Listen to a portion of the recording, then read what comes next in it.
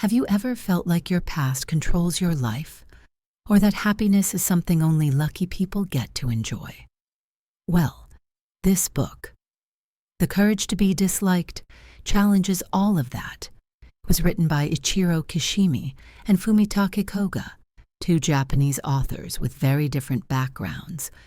But this isn't an ordinary self-help book.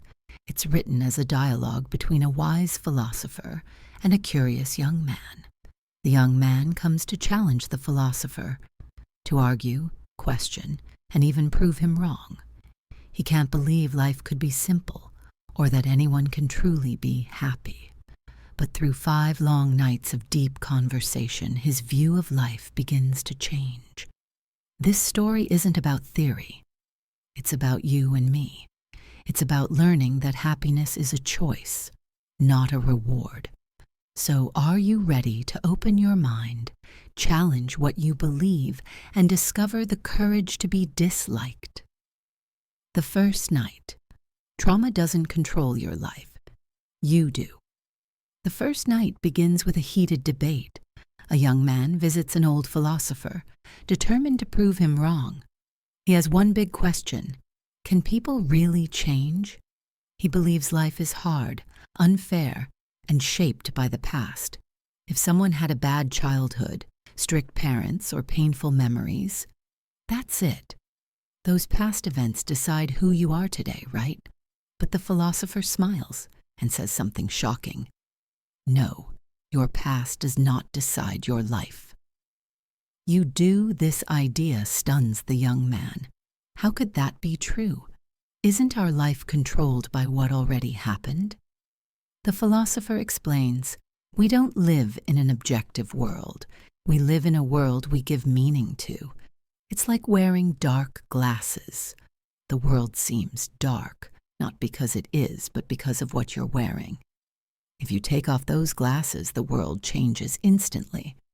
Then comes the biggest twist. Trauma does not exist.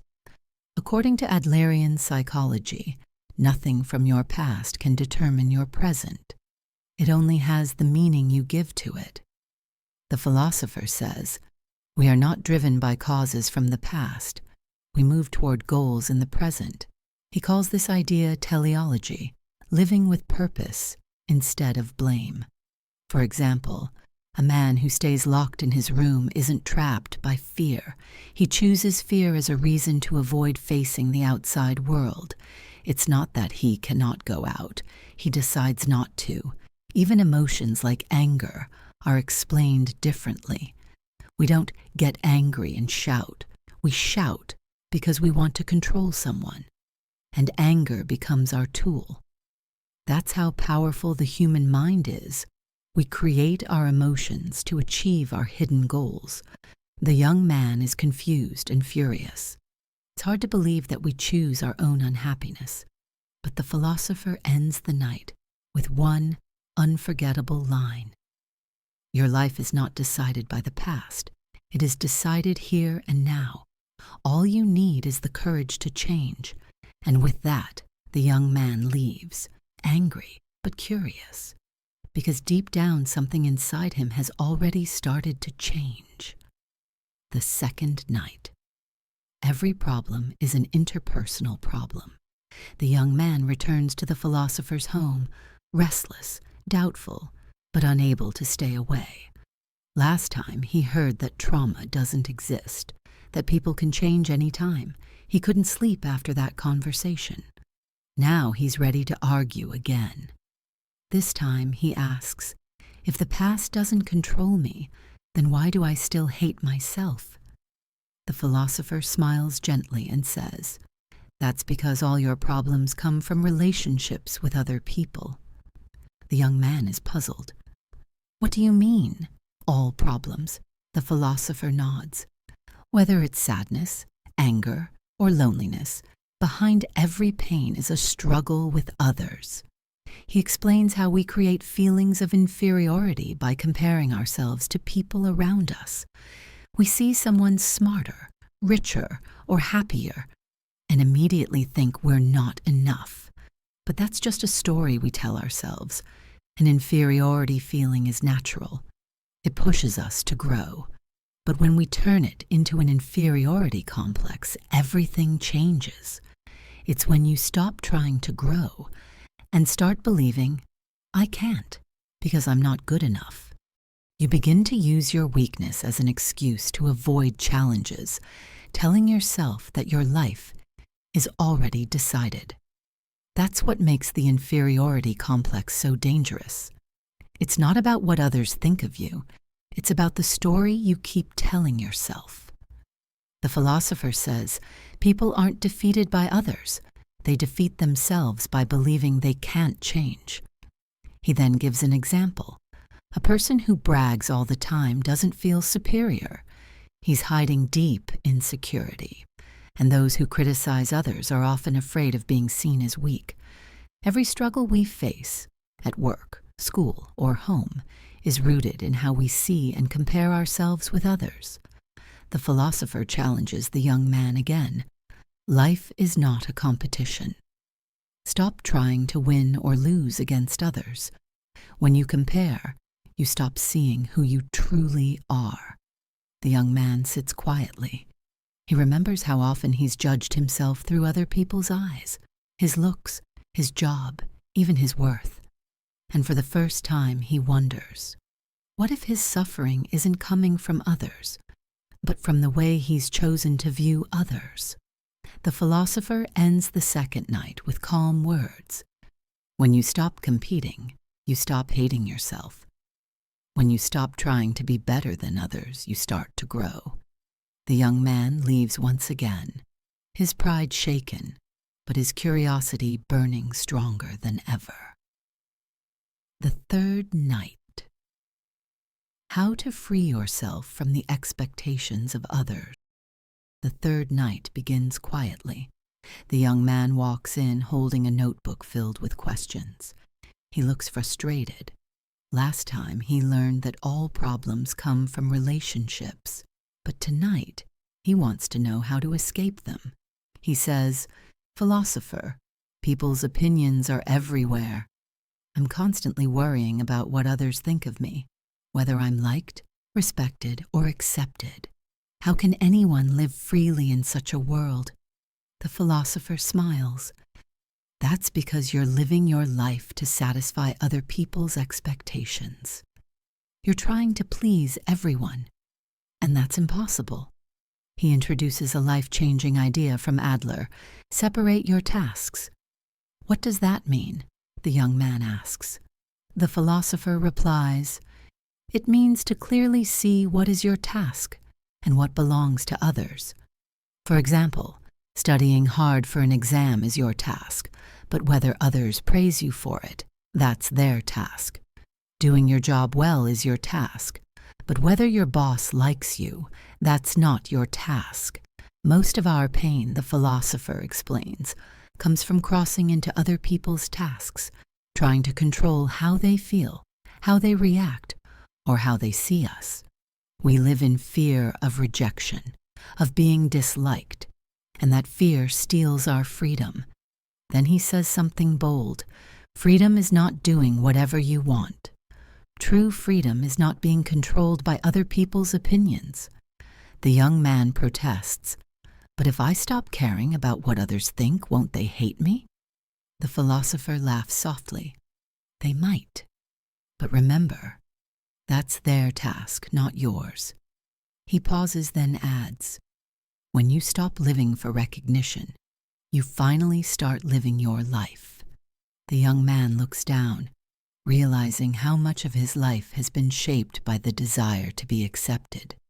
The way he dresses, speaks, even dreams.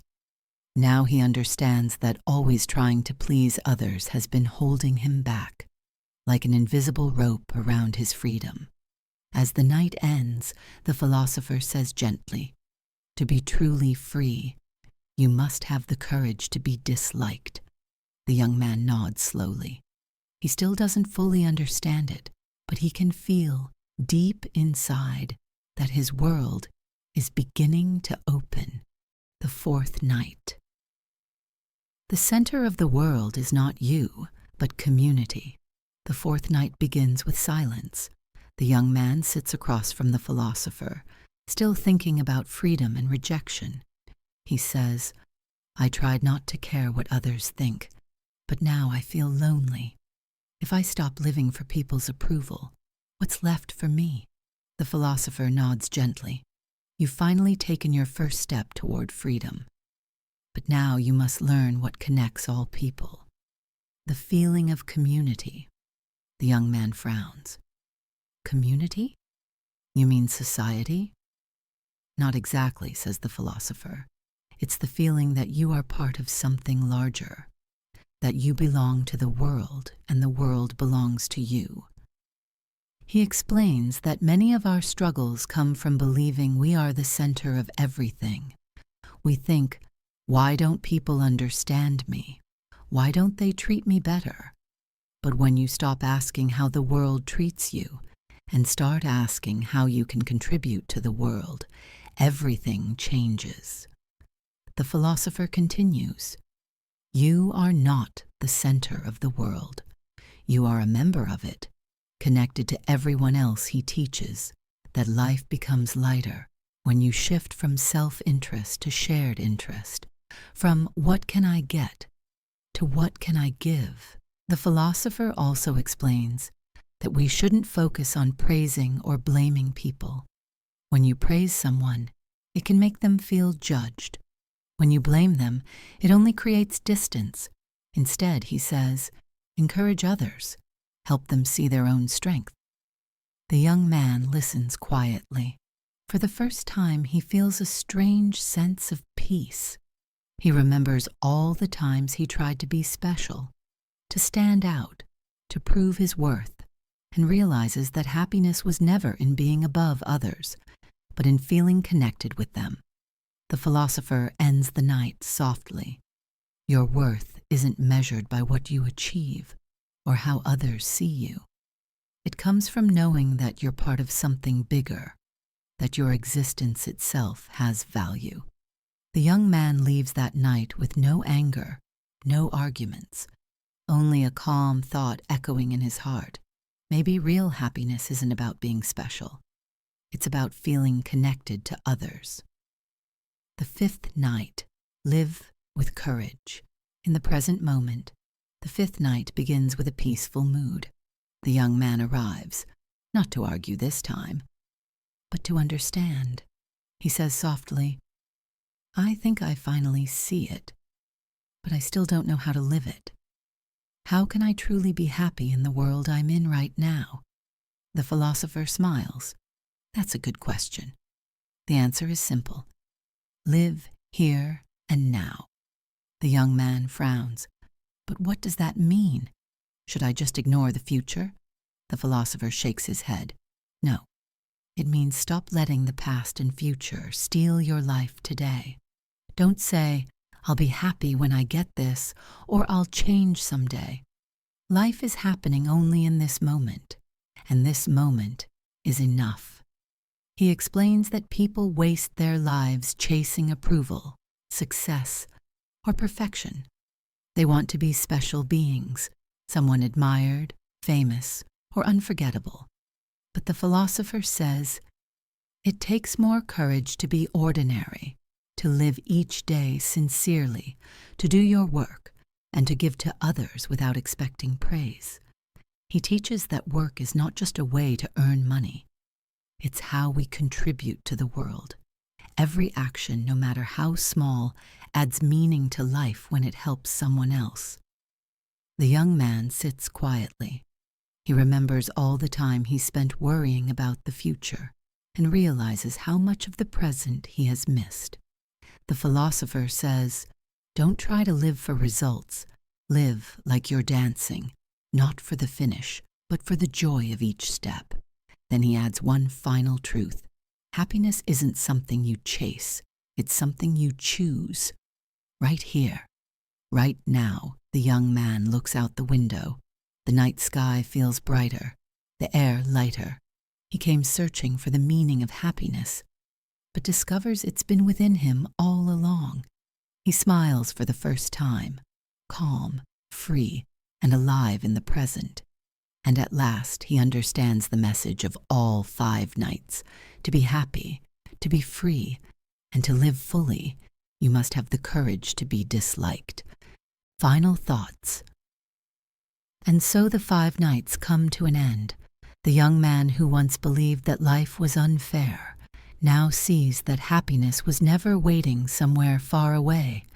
It was always within him.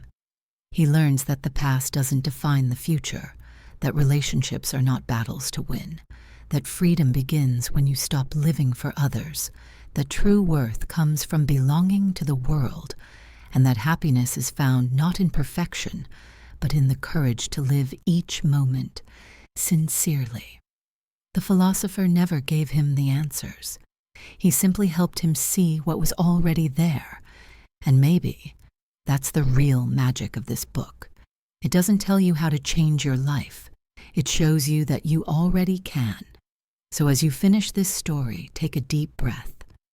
Forget who you think you're supposed to be, and remember, the world is simple, life is now, and happiness begins when you have the courage to be disliked. If you found this video valuable, subscribe to Mind Fuel channel, your guide to life-changing book summaries from world-renowned authors. We cover motivation and personal growth, investment and wealth building, and science and exploration. Just like the courage to be disliked teaches, growth begins when you open your mind and take action.